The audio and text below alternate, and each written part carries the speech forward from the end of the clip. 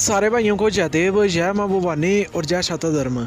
तो भाइयों, एक तरफ भारत के लोग ठाकुरों का अपमान कर रहे हैं और दूसरी तरफ यही ठाकुर लोग, क्षत्रिय लोग टेररिस्ट ग्रुप जैश ए मोहम्मद से लड़ रहे हैं। तो भाइयों, जो अभी अब तस्वीर देख रहे हो, ये तस्वीर है सुदर्शन सिंह की, जो कि गांव के बीडीजी मेंबर हैं और ये बोल रहे हैं कि हम 14 घंटे हो गए, हम सोए नहीं हैं और लगातार पेट्रोलिंग किए जा रहे हैं। 1990 में भी हमले हुए थे, लेकिन जो क्षत्रिय थे उन्होंने डोडा किश्तवाड़ नहीं छोड़ा, लेकिन कश्मीरी पंडितों ने कश्मीर छोड़ दिया, क्योंकि डोगरा एक क्षत्रिय बहादुर कौम थी।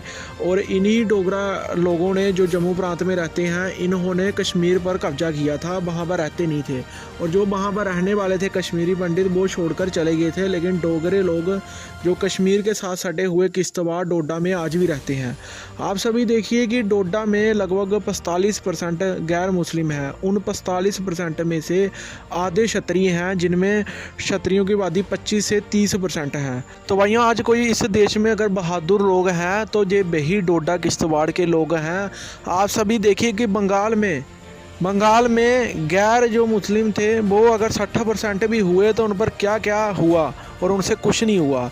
और ये ठाकुर क्षत्रिय आज भी डोडा किश्तवाड़ में रहते हैं और किसी की हिम्मत नहीं कि कोई आंख उठा सके।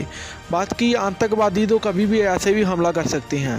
भाइयों, ये वही ठाकुर हैं जिनकी वजह से 1990-91 में भी बहुत सारे आतंकी जो गतिविधियां जो डोडा किश्तवाड़ वाले इलाके में होती थी वो ख़त्म की गई थी इन्हीं ठाकुरों की वजह से, क्योंकि जहां पर सभी क्षत्रियों के पास तब हथियार मुहैया करवाए गए थे और इन्होंने ही आतंकवादियों को जहां से भगाया था। लेकिन अब वक्त बदल गया है और वक्त के बदलने के साथ साथ इनको जो हथियार जो प्रोवाइड करवाए जाएं वो नई टेक्नोलॉजी वाले करवाए जाएं। पुरानी टेक्नोलॉजी वाले हथियार थोड़ी चलेंगे। तो मैं सरकार से यही बोलना चाहूँगा कि ये वो आतंकवादी है, ये कहीं पर भी छुप सकते हैं जंगल में। तो आप सभी देखिए कितने जने शहीद कर दिए, और वो छुपकर वार करते हैं, भाग जाते हैं। तो उनको तभी हराया जाता है क्योंकि 1990 वाला दिमाग लगाना पड़ेगा आपको।